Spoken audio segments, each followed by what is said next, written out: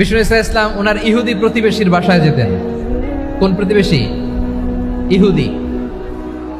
আওয়াজ করে বলেন, কোন প্রতিবেশী? ইহুদি। এক ইহুদি কিশোর বিষ্ণু ইসলামের খেদমত করতে, ইহুদি ছেলে আমার নবীর খেদমত করতো। তারা ছিল নবীর প্রতিবেশী। তো অনেকদিন হয় ইহুদি ছেলেটা আসে না।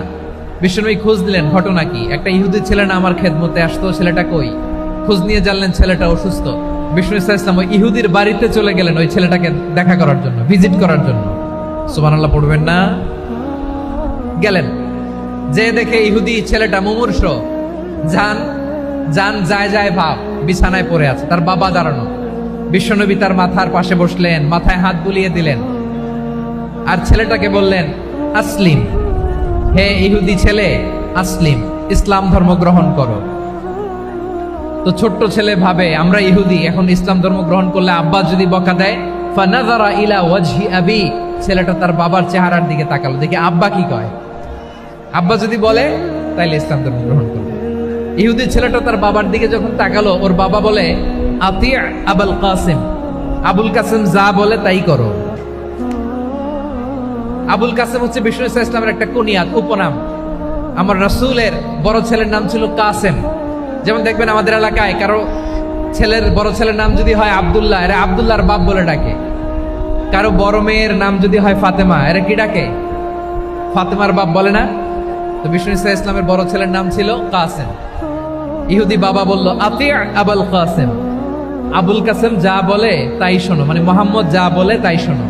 এই কথা শুনে ছেলে সাহস পাইছে। ছেলে আবার পড়তে আরম্ভ করলো, আশহাদু আল্লাহ ইলাহা ইল্লাল্লাহ ওয়া আশহাদু আন্না মুহাম্মাদার রাসূলুল্লাহ। পড়েন আল্লাহু আকবার। বিশ্বনবীর আহ্বান শুনে ওই আহ্বানে সাড়া দিয়ে ইহুদি ছেলে শাহাদা পড়ে মুসলমান হয়ে গেল। তার হৃদয়টারে ঈমানের নূর দিয়ে আলোকিত করে দিল কে? প্রিয় ভাইরা, এবার রাসূল সাল্লাল্লাহু আলাইহি ওয়াসাল্লাম বের হয়ে আসলেন ঘর থেকে, আর বললেন, আলহামদুলিল্লাহিল্লাযী আনকাযাহু মিনান নার।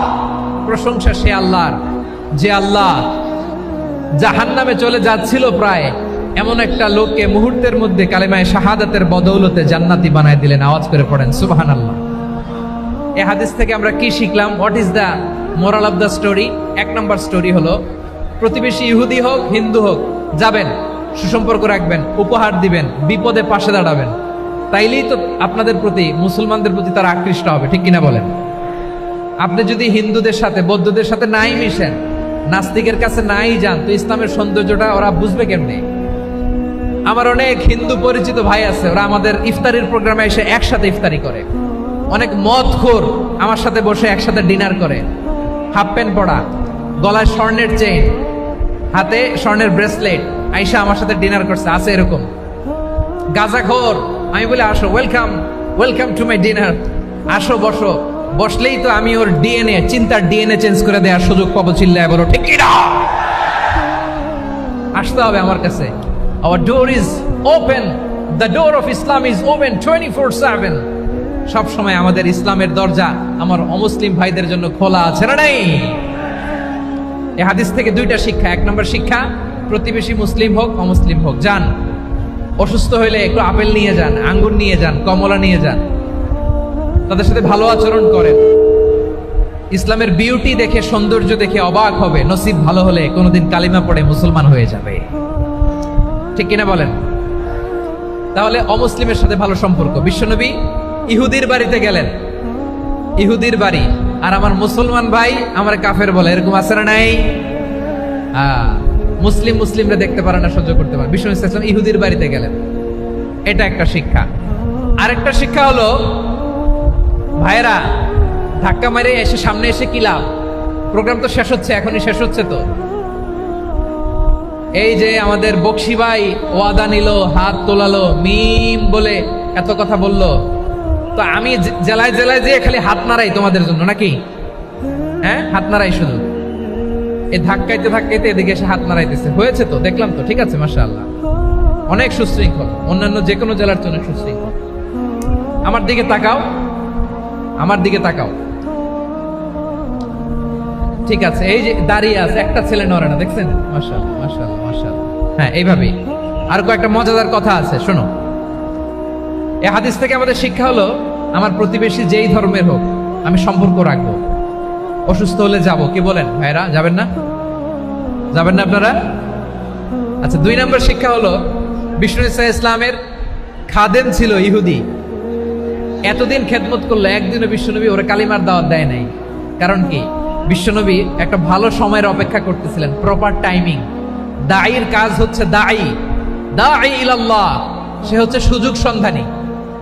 দায়ী সুযোগ খোঁজে, কখন দাওয়া দিলে ব্যাটে বলে হবে, ঝোপ বুঝে কোপ মারে, ঠিক কিনা বলেন? বিষ্ণু ইসলাম ভালো সময়ের অপেক্ষা করতেছিলেন, দেখি ভালো সময় আসুক আসুক আসুক আসুক। আস্তে আস্তে এমন সময় আসছে, ছেলে এবার মুমূর্ষ। অসুস্থ ব্যক্তির হৃদয় অত্যন্ত নরম থাকে। হসপিটালে যখন কেউ যায় তার হৃদয়টা বড্ড নরম থাকে, মৃত্যুর ভয়ে তার অন্তরটা নরম থাকে, ঠিক কিনা বলেন? এই প্রপার টাইমিং এর অপেক্ষা করতেছিলেন। যখনই টাইমিং পেয়েছেন, দাওয়াত দিলেন, পড়ো লা ইলাহা ইল্লাল্লাহ, সুবহানাল্লাহ পড়েন সবাই। তাহলে ইসলাম অমুসলিম প্রতিবেশীর সাথে ভালো আচরণ করতে বলে। ইসলাম অমুসলিম মাতা পিতার সাথেও ভালো আচরণ করতে বলে।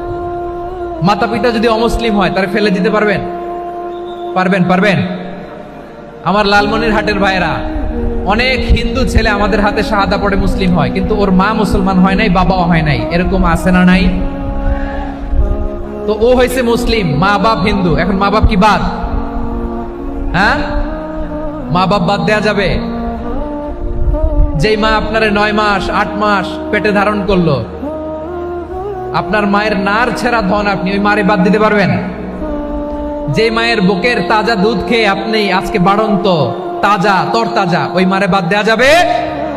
মায়ের এক ধারে দুধের দাম, কাটিয়া গায়ের চাম, পাপুষ বানাইলে ঋণের শোধ হবে না। এমন দরদি ভাবে কেউ হবে না আমার মাহা গো। মায়ের এক ধারে দুধের দাম, কাটিয়া গায়ের চাম, পাপুষ বানাইলে ঋণের শোধ হবে না। এমন দরদি ভাবে কেউ হবে না আমার মাহা গো, ঠিক কিনা?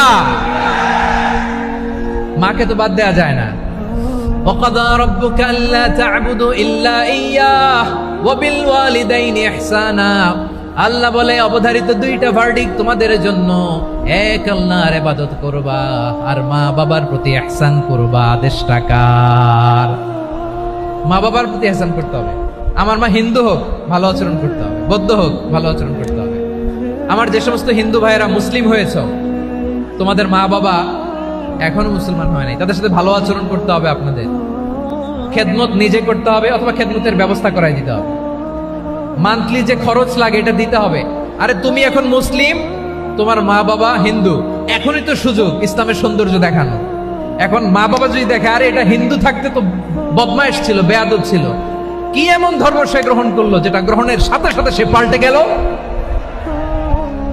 কি এমন ধর্ম সে গ্রহণ করেছে যেটা তার জীবনকে আলোকিত করে দিয়েছে? নসিব ভালো হইলে তারাও কালিমা পড়ে মুসলমান হয়ে যাবে। বিষ্ণু ইসলামের স্ত্রীর নাম ছিল আয়েশা রাদিয়াল্লাহু তাআলা আনহা, আবু বকর রাদিয়াল্লাহু তাআলা আনহুর মেয়ে। আবু বকর রাদিয়াল্লাহু তাআলা আনহুর আরেক মেয়ের নাম হচ্ছে আসমা। কি নাম? দুজনই আবু বকর রাদিয়াল্লাহু তাআলা আনহুর মেয়ে, আসমা আর আয়েশা। নাম দুইটা কেমন লাগে? আসমা নামটা কেমন লাগে? আয়েশা নামটা কেমন লাগে? সবার ভালো লাগে নাই? নাম দুটো আপনাদের ভালো লাগে?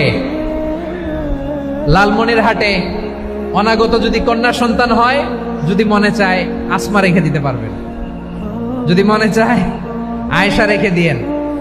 দেশে বিদেশে এয়ারপোর্টে রাস্তা ঘাটে শুধু বলে, হুজুর একটা নাম দেন, আমার ছেলের একটা নাম দেন, মেয়ের একটা নাম দেন। তো আমার মনে আছে যশোরের 8 দিনের মাহফিলে আমি 1-2টা নাম দিয়েছিলাম।